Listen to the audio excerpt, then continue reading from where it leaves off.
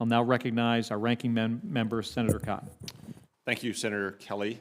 Thanks to our witnesses for being here today. The goal of Army modernization is to get the very best vehicles, munitions, and weapons so our soldiers can defeat the nation's adversaries in combat, which makes that combat less likely in the first place. To prepare our soldiers, the Army has to contend with limiting factors like cost, weight, obsolescence, and sustainment, among others. And of course, it doesn't help that the Biden administration has once again cut the Army's budget for another year. Fortunately, I believe that General George has taken some steps to put the service on the right track. For example, Project Convergence demonstrates how the Army is adjusting to the modern battlefield. This combined joint exercise showed that the continuous transformation is becoming a reality in our Army. I look forward to hearing about lessons learned from the latest iteration of Project Convergence.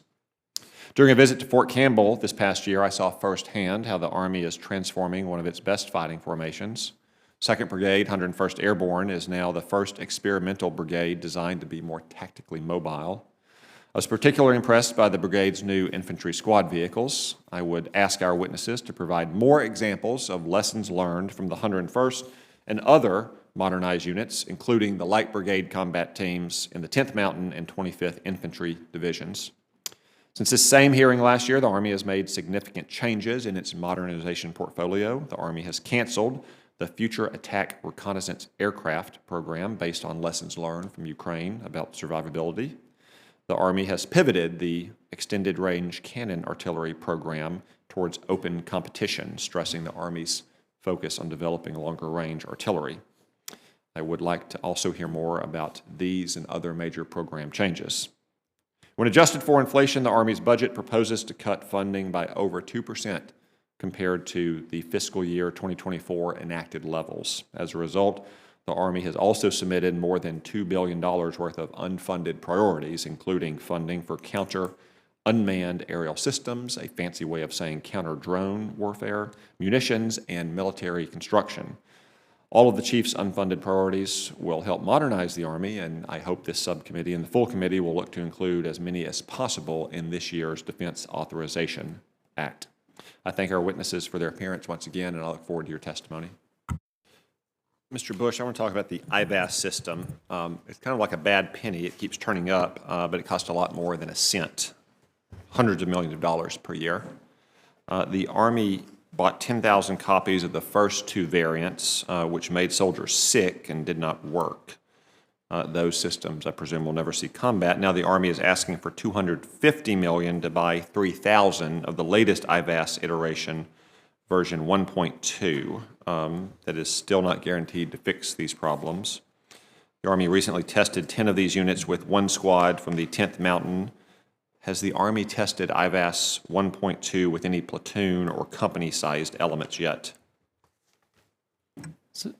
Senator, not yet, but that is coming imminently. Larger scale tests, there's a plan to move from squad to platoon to company as we progress with testing 1.2 to determine your question of whether or not it is worth spending those procurement dollars on. So I would not say we know for sure, but I believe we have a plan to inform such a decision if members provide the funds. Could you provide an actual timeline to flesh out your answer imminently? Third quarter of FY24, so late summer. Is when we're going to get our hands on 1.2 and make sure that it goes through the rigor of soldiers using it and getting their feedback, Senator. Third quarter of FY24, if I'm not mistaken, would be April, May, or June. Is that correct? Yes, Senator. Okay, so today... I'll come back to you with the exact date. We're going to get 1.2 and the way ahead for who's going to test it and where. Today is May 15th, so that's 46 days until the end of the third quarter. So you expect to conduct tests with IVAS 1.2 at platoon and company size elements by June 30th? To be clear, Senator, I believe that's the time we're scheduled to receive it, and I'll have to come back to you, if I may, on the plan to get the soldier touch points at platoon and company level. To receive the systems. To receive the systems. Not to test them at the platoon and company level. Correct. So you'll receive the systems by June 30th. What? Yes. Do we know, okay. Do we know a timeline for when we will test them with platoon and company-sized elements? It's over the remainder of this year, sir. Fiscal year or calendar year? Calendar year, sir, in a series of events. And I apologize for not having it to hand, but we can provide it by the end of today, a detailed schedule for you. Okay, so you will have them delivered by June 30th, and you expect to test them with platoon and company-sized elements by the end of 2024 calendar year. Yes, sir. Thank you. My understanding from the results is that soldiers who have tested these latest systems couldn't read or open a lock in low light. Most soldiers had cable malfunctions. The remote keys got stuck. The mission shield is not ballistically rated. There are other issues. I could go on, but my time is running short. General Rainey, do you think these systems are going to prove suitable for combat use once you start testing them? Senator, I don't know. I'm very interested in receiving 1.2. We have high expectation that it's going to be much better than what we have received and tested so far. When it comes to IVAS, as a former infantryman, I realize the potential. I mean, if it works, it is a legitimate 10x upgrade to our most important formations. But if it does not work, then I think we would have to take a very hard look at whether we continue down that path or use that money for other critical aspects of our night vision strategy, because we have to make sure the entire Army can own the night, and there are other very good systems like ENVG, for example, that have demonstrated really strong success. Well, in a big old federal budget, and even in a DOD budget, $250 million is not a lot, but the Army is not the Navy or the Air Force. $250 million buys a lot of other stuff for you that's needful. I mean, Mr. Bush, do you think at this stage we should go forward with a $250 million purchase of 3,000 units when only 10 have been tested so far? Sir, if I do support the President's budget because I believe it'll give the Chief and Secretary the option, if testing goes well, to keep this capability on track. But there's an if there. And of course, we would not make such a decision without informing them of the test results so they can make the call. But I would ask the committee's support to consider that funding so that if it does work out, it does provide improved capability for our infantry forces, which is greatly needed. With regard to the specific problem, sir, I think this 1.2 is designed to get at the three major flaws you pointed out, which are all very well articulated.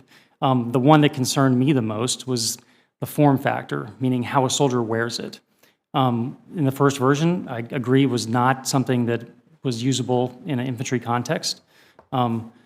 This version, I believe, gets at that very much and is much closer to what our soldiers are used to wearing with night vision devices they wear, but does more than just night vision. However, sir, it is a new technology and it may not work out, but we are hopeful that it will. Yeah, I share those concerns. More than once, soldiers have wondered who could have possibly designed an article of clothing or piece of equipment that they're expected to wear on long marches or riding in small vehicles or jumping out of an aircraft. Thank you. Mr. Bush, I'm glad to see that the budget requests 230 precision strike missiles, increment 1, the surface-to-surface variant, but last year's NDA directed the Army to submit a plan to procure 400 PRISM missiles per year. Budget documents show that PRISM increment 1 procurement peaks in FY27 at only 296. What is the Army's options to increase PRISM increment 1 procurement over the future year's defense plan? Senator, in the near term, it will be the supplemental replenishment funding. So as you know, we've provided ATACMS missiles. The replacement is going to be PRISM increment 1s. So that will give us a pool of funding to aggressively maximize that production rate in the near term. In the long term, sir, it's going to require our investment across the FIDEP to prioritize that system. But I can tell you it is a very high priority for the Secretary-in-Chief to get that much improved capability at scale as fast as we can. Investment across the FIDEP sounds like more money. How much more money are we talking about? Well, Senator, the goal is to maximize that production capacity. I could get back to you with like a hypothetical delta between what you see across the out years and then what we believe the maximum you could put in those years would be. This is the kind of thing we're doing right now as you build a 26 budget. But I'd be happy to show you the math and what it looks like based on what we know now. Please do, that would be helpful. I'm also concerned about PRISM Increment 2, the land-based anti-ship variant. Can you explain the delay in procurement and the budget's request of only 10 Increment 2 missiles?